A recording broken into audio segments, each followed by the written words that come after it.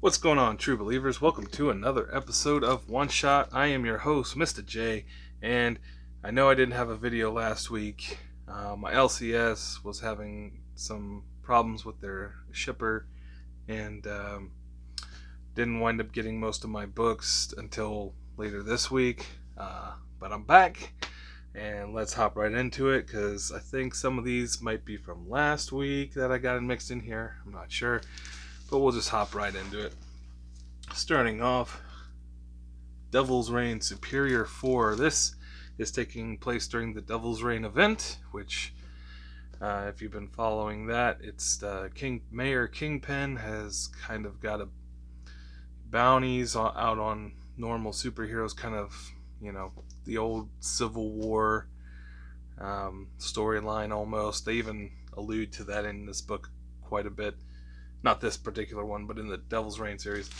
But what this is this is following Dr. Octopus. He is currently inside the Baxter building and playing around with all Reed Richards toys. But he's traveling through the multiverse, and he finds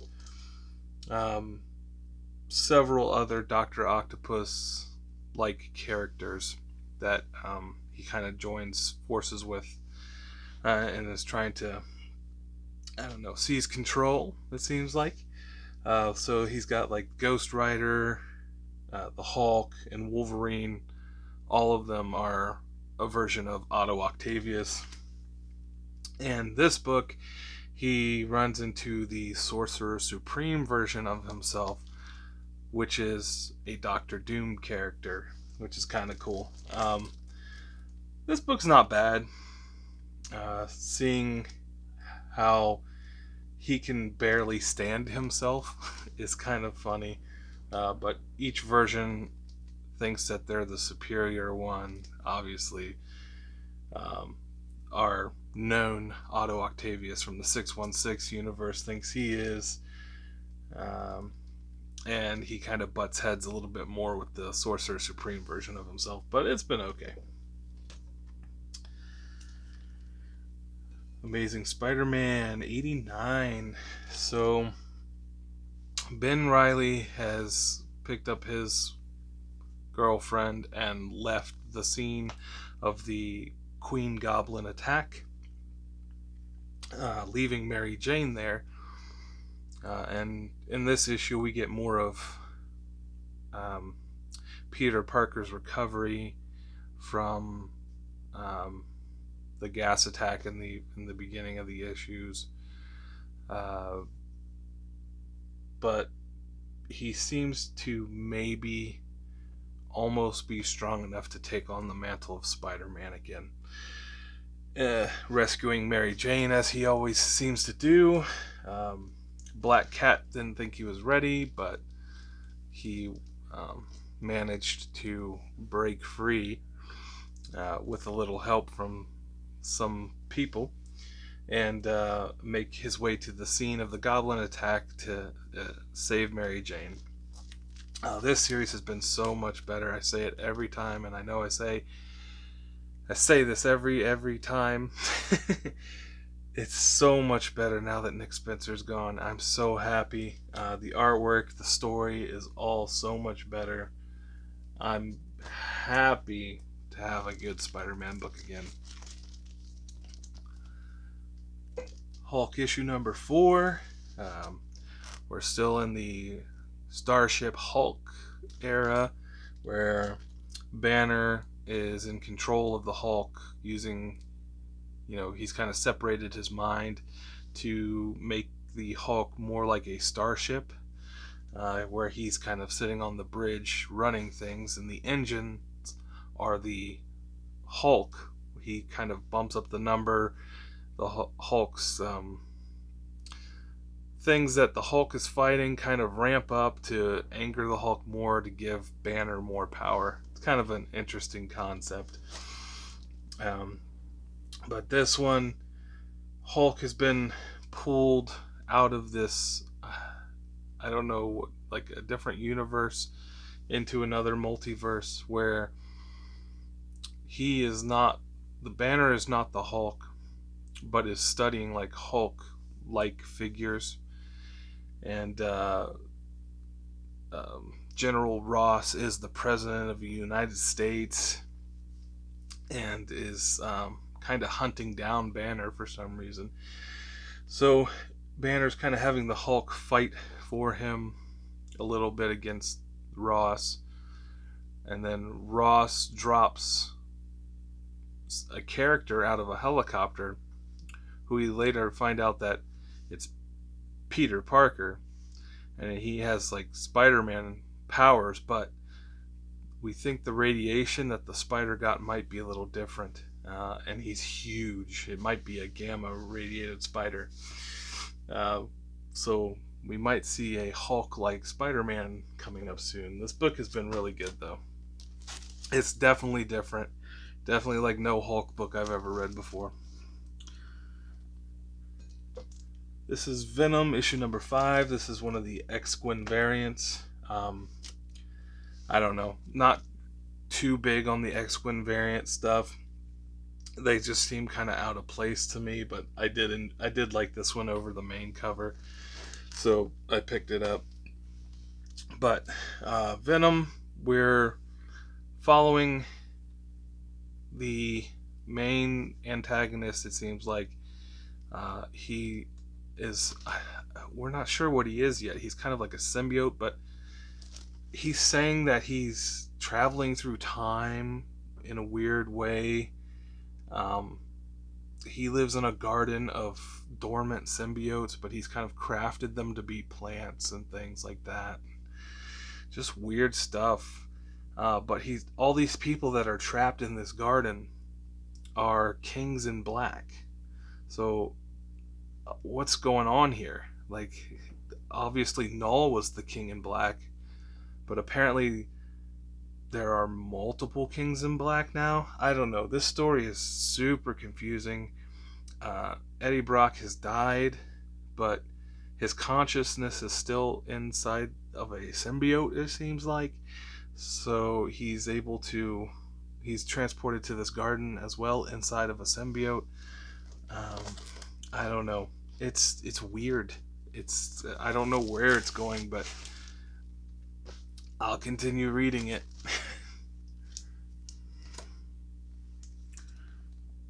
Thor 22. So we have the King of, or not the King of Hammers, what do they call it? The God of Hammers.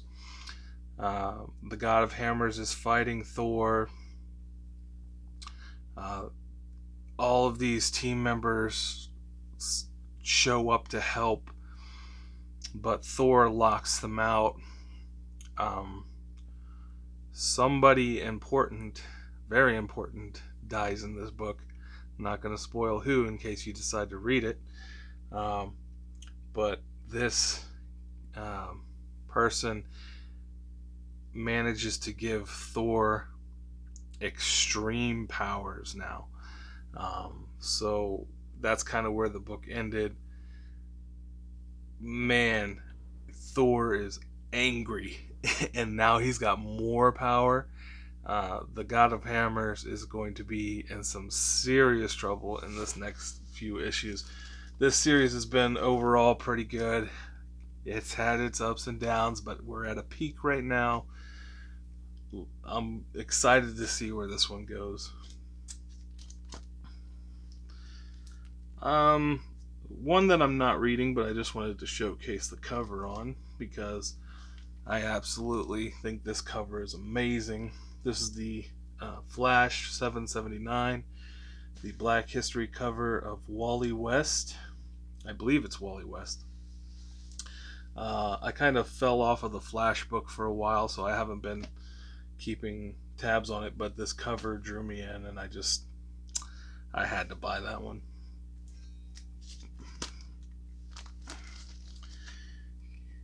King Spawn. I don't know what's happening with this book. It seems like this book should have been moving a little bit faster than it is. Spawn is kind of being guided into the throne by, it seems like a bunch of different people want him there, and he doesn't want it. They're trying to draw him in with the um, showing him the death of Wanda again. He's there with another guy. I believe it was Wanda's other husband. Um, but I don't know. This book's just moving really slow. It's really drawn out. The artwork is amazing, um, and when you're reading it, everything is good. The writing is good, but man, it just seems to be dragging. Um, I'm ready for some big crescendo. Iron Fist #1. We got the introduction of a new Iron Fist. It doesn't seem like he got his powers in the normal way, which is to, I guess, kill the dragon. The dragon kind of just came to him. And he's not, as good as Danny Rand is. And he encounters Danny Rand in this book. And Danny Rand's trying to give him some pointers and things, but he's just too hot at it. He's young, he's brash, he's not having any of it. And he kind of just takes off, and Danny Rand's left confused. But I believe this character was in another series. I think it was what everybody was anticipating it would be. I can't remember what the name of it is. Swordmaster or something like that. I can't remember what it is. But he is the new Iron Fist somehow, and I don't know. It was just a mediocre book to me. Nightwing, issue 89. This is Nightwing fulfilling the promise that he gave to Kal-El to check in on the young Superman. I mean, this book was, I don't know, the series has been really good overall, but this book is just kind of like a lull. It's kind of an a little side story. It seems like less than anything else. But this series has been pretty good so far.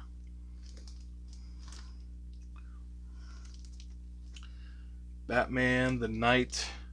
We've got young Bruce Wayne. His inner turmoil where he wants to capture bad guys, but at the same time, he knows he needs to learn from them first to, get to be able to capture them, know how they act, know how they think. And so he gets this cat burglar that's interested in him in Paris, and is teaching him the ropes of how to not to get caught and sneak in and break into places. But it's just that inner dialogue, that turmoil that he has of how far is he willing to go to get the knowledge that he needs in order to fulfill his promise to his parents. But obviously we know how far he'll go because he's Batman. But in this has been a really great story. Chip Zdarsky on this book, absolutely amazing. The thing, I know I say it all the time, I talk about Chip all the time. The thing about his writing for me is he seems to get a little more in depth into a person's psyche, their emotions, more of like what they're thinking, how they're dealing with things. They're sorting it out through their mental processes, and I can relate to that so much, and I absolutely love the dialogue that he writes for that. The Joker, #12. Jim Gordon flying back home. Vengeance makes her way to relatively the same spot, it looks like. And now we finally figure out who's behind all of this and who was behind A-Day. And spoilers, as if nobody else saw it coming, it's Bane. This has been Bane's whole plan, that, the whole time, is to get the Joker. Blame the A-Day on the Joker. So everything's it seems like it's starting to wrap up a little bit. And everybody, all the pieces on the board are starting to get together, except the Joker's not there yet. And I don't know what's going to happen when he shows up. But, this book has been really, really good most of the way. There have been a couple offshoots that are just kind of like one-shots that you don't really need, but this has been not a bad story. I like following Jim Gordon a little bit more. And the Silver Coin number 9. So this one is kind of taking place in a actual historical event where people were trying to get insurance money by burning down their apartments in, I think it was Brooklyn maybe. But in that era, they had the people that were the fixers, and that's who this story is following. A guy who needs to pay off some debts, so he becomes a fixer. He starts burning down houses, and he's trying to kill this little girl who witnesses him doing it, and winds up becoming a hero because he saves her from the fire. But everybody thinks she's gonna die, and so he thinks he's off. Well, she gets better, and so he goes to the hospital to try to kill her, and doesn't succeed. So he says, I'll be back.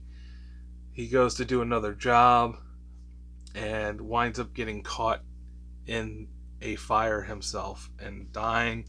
And then everybody finds out that he was one of the fixers burning down the buildings. So he kind of got his just rewards. This series, man, it's just those like Twilight Zone style, moral tales and stuff. I absolutely love this book. This one was a really good one too. And then a couple things that I picked up here. Oh no, I got one more here. Set this off to the side because it's so big. The Lion and the Eagle. So this is following a group of English and Indian military people. The era is World War II. They're in Burma. They're just they're just following these people around, showing their day-to-day experiences in the jungles, in the heat in India, and then they're kind of discussing the politics behind what they're doing a little bit more. Writer is Garth Ennis, and he's an absolutely fantastic writer. This book is really good. I've always been fond of World War II era stuff, and this one, I don't know. There was a lot of dialogue and not a lot of action or anything, but I have a feeling that this one's going to heat up real big, because towards the end of the book, they had to leave a hospital convoy to go get gas. They come back and everybody in there is wiped out. So I think there's going to be a major conflict coming soon between the Japanese and these English soldiers. But the cover is what really drew me in, because it gave me real nostalgic feelings for those old like jungle mystery movies that used to come on when I was a child. And I ordered this. I have not gone through it yet. I don't know if it'll sit up here. The Nameless by Grant Morrison. This is it's kind of a Lovecraftian style space horror book. I saw some people talking about it on YouTube, and I thought I need to read this book because that sounds like it's right up my alley. but I'll let you know how that goes when I'm finished with it. Spider-Man Punisher Family Plot. So I read the first issue, and I picked up the second issue here. The artwork is atrocious. This is late 90s, like 96, 97. The artwork is atrocious. The dialogue writing is absolutely awful. The Punisher has a ponytail, and it's just, I don't know, just everything about this book just screams bad. And so I don't know if I'll be reading the second issue. I mean, the way they draw Spider-Man is fine, but like normal people just look awful. They just look terrible.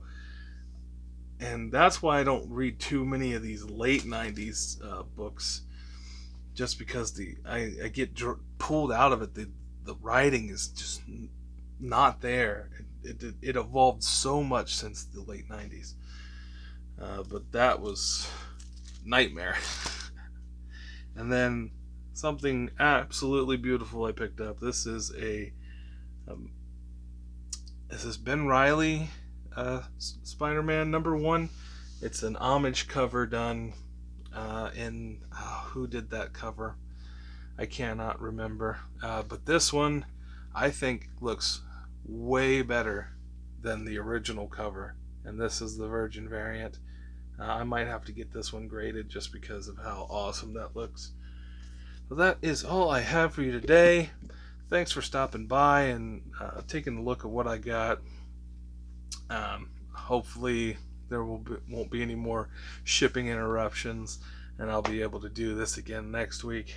But if you like what you saw, drop down, leave me a like, leave me a comment, tell me what you're reading, tell me what I missed out on. I'm always open to reading new stuff. Pretty much as long as it's not X-Men, I'll read it. But if you want me to read X-Men, let me know. But you guys, thanks for stopping by, and as always, have a nice day.